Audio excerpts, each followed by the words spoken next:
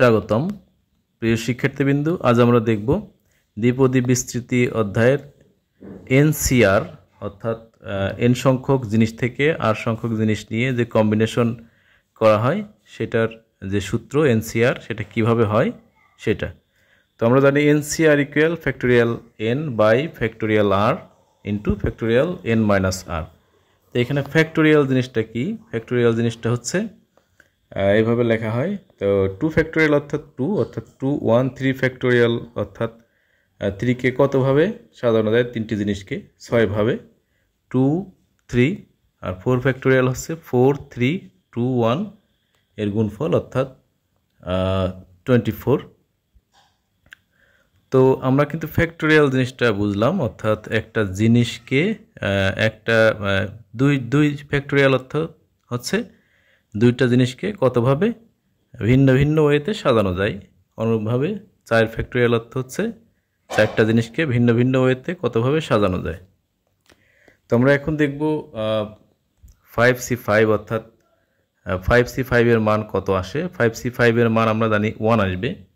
তো এভাবে আমরা ক্যালকুলেশন করে কিন্তু 1 পাই, অর্থাৎ 5C5 এর মান 1। অনুরূপভাবে 6C6 এর মানও 1 আসবে, NCN এর মানও 1 আসবে। তো আমরা এখন দেখব যে এটা কিভাবে হয়।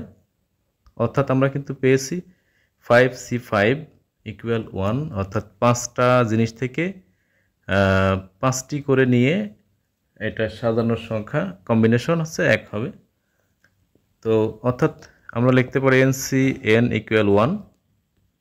তো এখন আমরা দেখি এই যে আসল সূত্রটা সেটা হচ্ছে এনসিআর। এই সূত্রটি দিয়ে কিন্তু আমরা যে কোনো জিনিসের মান নির্ণয় করতে পারবো। এই যে NC0 অর্থাৎ 5C0 5C1 5C2 ইত্যাদির মান কিন্তু আমরা নির্ণয় করতে পারবো।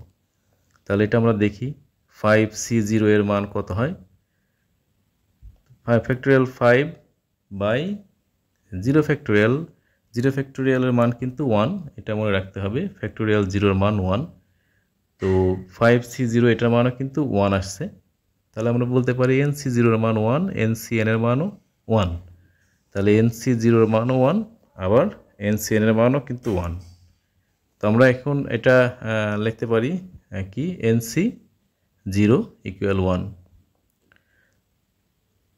এটা কিন্তু দ্বিপদী বিস্তৃতি অধ্যায়ের যে সহগগুলো আমরা লিখি সেখানে কিন্তু এটা আমরা ব্যবহার করি, কিন্তু এটার সূত্রটা কি বা কিভাবে আসে সেটা কিন্তু অবশ্যই জানা দরকার, কারণ ছোট প্রশ্ন বা MCQতে এটা কাজে লাগতে পারে। তাহলে আমরা এখন দেখি 5C1 এর মান কত আসে। 5C1 এর মান 5 আসার কথা। তো আমরা দেখি factorial 5 by factorial 1 into factorial 4।